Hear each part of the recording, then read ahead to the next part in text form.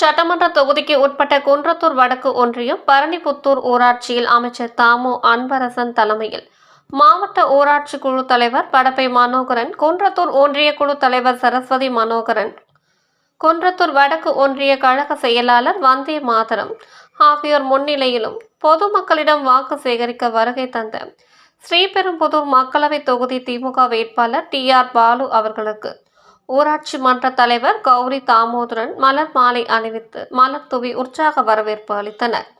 இந்த நிகழ்ச்சியில் ஒன்றிய கவுன்சிலர் பாண்டியன், துணைத் தலைவர் கலாவதி, சந்தானம் மற்றும் கிளை கழக செயலாளர்கள், உள்ளாட்சி பிரதிநிதிகள், கூட்டணி கட்சி நிர்வாகிகள், கழக நிர்வாகிகள், 100க்கும் மேற்பட்ட மகளிர் அணி நிர்வாகிகள் உள்ளிட்ட பலர் கலந்து கொண்டனர்.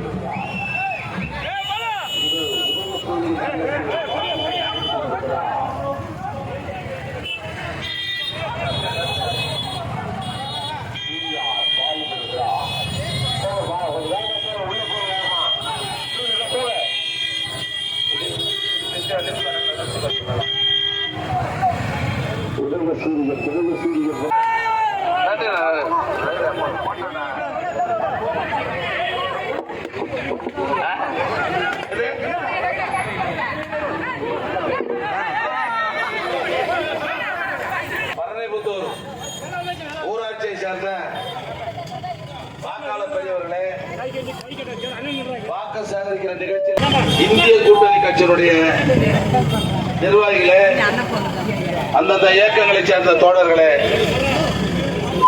நம்முடைய வெற்றி வேட்பாளருக்கு மிகச் சிறப்பாக வரவேற்பளித்திருக்கிற என்னுடைய அன்பு சகோதரிகளே, தாய்மார்களே, நண்பர்களே, ஊர் பெரியவர்களே, பத்திரிகை ஊடகங்களை சேர்ந்த நண்பர்களே, உங்கள் அனைவருக்கும் என்னுடைய அன்பான வணக்கம்.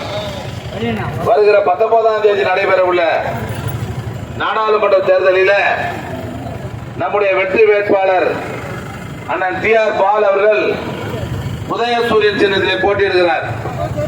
அவருக்கு நீங்கள் எல்லாம் உதயசூரியன் சின்னத்திலே வாக்களித்து மிகப்பெரிய வெற்றியை ஏற்படுத்தி தர வேண்டும் என்று நான் உங்களை எல்லாம் அன்போடு கேட்டுக்கொள்கிறேன்.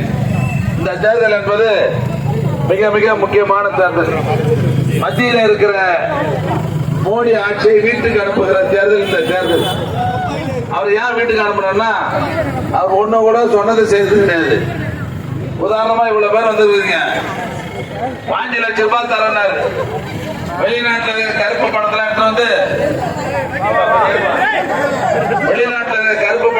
வந்து நான் பிரதமர் ஆயிட்டேன்னா இந்தியாவில் ஒவ்வொருத்தரும் 5 லட்சம் ரூபாய் தரனாரு. ஞாபகம் இருக்குதா இல்லையா? நம்ம மருத்துவர்கள் இவங்க நம்மளை ஏமாத்திக்கிறாங்க. 5 லட்சம் ரூபாய் கொடுத்தாரு, கொடுக்குறேன்னாரு. 10 வருஷம் ஆச்சு, இதுல 10 நயத்தோட தரல. அது மட்டும் இல்ல, என்னாச்சு, ஒரு ஆண்டுக்கு 2 கோடி பேருக்கு வேலை தருவனாரு. 10 வருஷம் ஆச்சு, 20 கோடி பேருக்கு வேலை தந்துருக்கணும். இது ஊர்ல ஒரு ஆள் கூட வேலை தரல. இன்னைக்கு வடநாட்டில் இருக்கிறவங்க எங்க இருக்கிறான் வேலையில? மொத்தம் இங்கதான் இருக்கிறான். டீ கடையில இருந்து, ஹோட்டல்ல இருந்து, கொத்தனார் வேலை செய்யறதுல இருந்து, சித்தார் வேலை பக்கத்துல இருந்து, ஆச்சாரி வேலையில இருந்து எல்லாம் அவங்கதான். நீ ஒழுங்கா வேலை அங்க கொடுத்தீங்கன்னா அவன் அங்கேயே இருந்திருப்பான். இன்னைக்கு வேலை தர மொத்த பேரும் நான் யார் வேலை தருது? நாம வேலை கொடுத்துட்டு இருக்கிறோம். கொஞ்சம் ஜிஎஸ்டி வரி போட்டாரு. ஜிஎஸ்டி வரி 28% வரை வரி போட்டிருக்கிற ஒரே நாடு உலகத்திலே இந்தியா மட்டும் தான். போட்டது யாருன்னா மோடி. இப்ப நம்ம ஹோட்டலுக்கு போறோம்னு வச்சுங்களேன், 100 ரூபாய்க்கு சாப்பிடுறோம், 2 இட்லி ஒரு வடகு 100 ரூபாய்க்கு சாப்பிடுறோம். ஆனா கையை கழுவிட்டு போய் கவுண்டர்ல எவ்வளவு பில்லு கொடுக்குறோம்னா, சாப்பிட்டது 100 ரூபாய், ஜோபில இருந்து எடுத்து கொடுத்து 118 ரூபாய். 100 ரூபாய்க்கு உணவுக்கு 18 ரூபாய் வரி போட்டு ஆட்சி மோடி ஆட்சி. மோடி வரும்போது ஒரு சிலிண்டர் கேஸ் 414 ரூபாய் இருந்தது. இன்னைக்கு எவ்வளவு? நான் நாட்டு மக்கள் எல்லாம் சந்தோஷமா வச்சுக்கிறேன்னு சொல்றாரு. ஆனா கேஸ் இன்னைக்கு எவ்வளவு? 414 ரூபாய் இருந்தது. இவர் வரும்போது இன்னும் 10 வருஷமா அவர் தான் ஆட்சி இருக்கிறாரு. இப்ப எவ்வளவுமா? நீ வாங்க 1100 ரூபாய், 1050 ரூபாய் இல்லையா? அப்படியா? இப்ப திடீர்னு ஒரு 5 நாளுக்கு அப்புறம் 5 நாளைக்கு முன்ன தபால் 100 ரூபாய் குறைச்சாரு. எது குறைச்சாரு? நம்ம குறைக்கல, நம்ம கேட்காதே ஒரு 5 நாளைக்கு முன்ன 100 ரூபாய். எது குறைச்சாரு? எதுக்கு குறைச்சாரு? நம்மளை ஏமாத்தி குறைச்சிட்டா எல்லாம் மோடி ஓட்டு போடுவாங்கன்னு வச்சுக்கினாரு. நீ 300 ரூபாய் கூட குறைச்சா கூட உனக்கு இனிமேல் யாரும் ஓட்டு போறது வரல, நீ நடை கட்ட வேண்டியதுதான் இல்லையா? இது மாதிரி ஒரு ஆட்சி மத்தியில் இருக்கிறார். நம்முடைய தமிழ்நாட்டில் இருக்கிற நம்முடைய முதல்வர் அவர்கள் ஆட்சி பொறுப்பு வரதுக்கு முன்ன நாங்க ஆட்சிக்கு வந்தா இந்த திட்டங்களை எல்லாம் தமிழ்நாட்டுக்கு மக்களுக்கு செய்வோம்னு சொன்னாரு. இன்னைக்கு 3 வருஷம் ஆகுது. அவர் சொன்ன திட்டங்களை எல்லாம் இன்னைக்கு செய்து காட்டி இருக்கிறார் நம்முடைய மாண்புமிகு தமிழ்நாடு முதலமைச்சர் அண்ணன் தளபதி அவர்கள் என்பதை நீங்க மறந்துடக்கூடாது. அதுல 1, 2 மட்டும் நான் நினைவுபடுத்த விரும்புறேன். மகளிர் உரிமை தொகை 1000 ரூபாய் தரேன்னு சொன்னாரு. நீ தமிழ்நாடு முழுவதும் 1,16,00,000 குடும்பங்களுக்கு மாசம் 1000 ரூபாய் அவங்களுக்கு அக்கௌண்ட்டுக்கு அனுப்புற ஆட்சி இந்தியாவிலேயே தமிழ்நாட்டில் இருக்கிற தளபதி ஆட்சி தான். இதுல கூட 1, 2 குடும்பங்களை கொண்டு போயிருக்கோம். இருக்குதா இல்லையா? அது எடுத்து கொடுத்துறாங்க. தாமோதரன் நம்ம கிளை செயலர்லாம் எந்தெந்த பூத்துல எவ்வளவு பேருக்கு யாருக்கு விட்டு போயிருக்கு லிஸ்ட் கொடுத்துட்டாரு. இப்ப சொல்றேன் கேட்டுக்க, நம்ம தொகுதி நீங்க ஓட்டு போட்டுதான் நானும் எம்எல்ஏ ரைட்டா? விட்டுற மாட்டேன். நம்ம ஆளுங்களை தேர்தலுக்கு பிறகு யார் யாரெல்லாம் அந்த பணம் விட்டு போயிருக்குதோ அந்த மக்களுக்கு அந்த 1000 ரூபாயை நிச்சயமா நான் பெற்று தருவேன் என்ற உத்தரவாதத்தை நான் இந்த நாட்டில் தெரிவித்திருக்கேன். அது மட்டும் இல்ல, என்னமா ரைட்டு, அது மட்டும் இல்ல, பெண்கள்லாம் இனி பேருந்துகளில் கட்டணம் இல்லாமல் பயணம் செய்யலாம். நீ தமிழ்நாடு முழுவதும் ஒரு நாளைக்கு 55 லட்சம் பெண்கள் இன்றைக்கு கட்டணம் இல்லாமல் பேருந்துகளில பயணம் செய்கிற நிலையை நீ உருவாக்கி தந்திருக்கிற ஆட்சி. இப்ப பரணிபுத்தூர்ல இருந்து குன்றத்தூருக்கு ஒரு அம்மா வேலைக்கு போறாங்கன்னு வச்சுக்க, போறதுக்கு 20 ரூபா, வரத்துக்கு 20 ரூபா, 40 ரூபா. ஒரு மாசத்துக்கு எவ்வளவு ஆச்சு? 1200 ரூபாய் ஆச்சு. அந்த ஏழை குடும்பங்களுக்கு ஒரு 1200 ரூபாய் மிச்சம் வருகிற போது அந்த குடும்பம் வளருமா வளராதா? இது மாதிரி அந்த குடும்பங்கள், ஏழை குடும்பங்களை எல்லாம் வளர்ச்சி பெற செய்திட வேண்டும் என்பதற்காக தான் இது மாதிரி திட்டங்கள்லாம் நம்முடைய தலைவர் போடுறாரு. அது மட்டும் இல்ல, தொடக்கப்பள்ளியில் இருக்கிற மாணவ செல்வங்களுக்கு காலையில சாப்பாடு, காலை சுற்றுத்தி. தமிழ்நாடு முழுவதும் 17 லட்சம் குழந்தை படிக்கிறாங்க தொடக்கப்பள்ளியில. 500 கோடி ரூபாய் மதிப்பில இன்னைக்கு காலையில சாப்பாடு, காலை சுற்றுத்தி சாப்பாடு கொடுக்கிற ஒரே ஆட்சி இந்தியாவிலேயே தமிழ்நாட்டில் இருக்கிற நம்முடைய மாண்புமிகு தமிழ்நாடு முதலமைச்சர் ஆட்சி தான் என்பதை நீங்க மறந்துடக்கூடாது.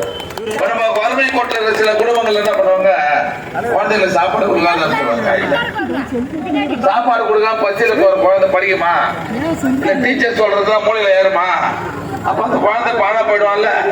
இதை உணர்ந்த நம்முடைய தலைவர் அவர்கள் இந்த அற்புதமான திட்டத்தை கொண்டு வந்து இந்த ஏழை மக்களை எல்லாம் அந்த பசி இல்லாமல் இருக்கிற குழந்தைகளை பசி இல்லாமல் இருக்கணும்னு சொல்லி இந்த திட்டத்தை கொண்டு வந்திருக்கிறார்.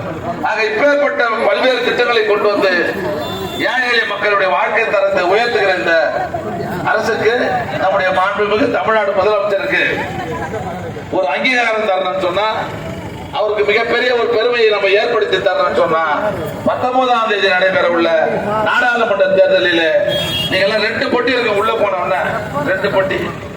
முதல் போட்டியில 1ஆம் நம்பர் டிஆர் பாலு தான். Number 1 TR Balu. டிஆர் பால் பக்கத்துல உதயசூரியன் பக்கத்துல புழு பட்டன் அழுத்திட்டா நீங்க உதயசூரியன் ஓட்டு போட்ட மாதிரி. இப்ப மழை வந்தா நீங்க எந்த அளவுக்கு பாதிச்சீங்க? இந்த பக்கத்துல மனசாட்சி தொட்டு சொல்லுங்க.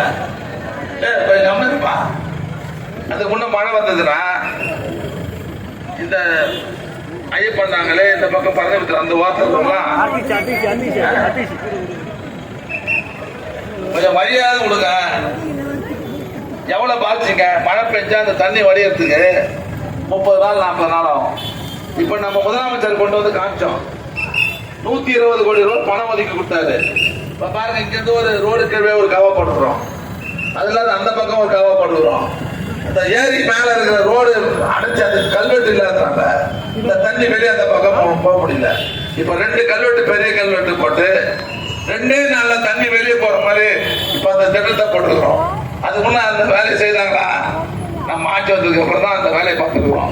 இனி எவ்வளவு மழை பெய்ஞ்சாலும் இந்த பகுதி மக்கள் பாதிக்காத அளவுக்கு அந்த திட்டத்தை செயல்படுத்தி இருக்கிற ஆட்சி தான் திமுக ஆட்சி என்பதை நீங்க மறந்துடக்கூடாது. நாங்க உங்களுக்காக உழைத்துக் கொண்டிருக்கிற இந்த அரசுக்கு மிகப்பெரிய பெருமை ஏற்படுத்தி தர வேண்டும்.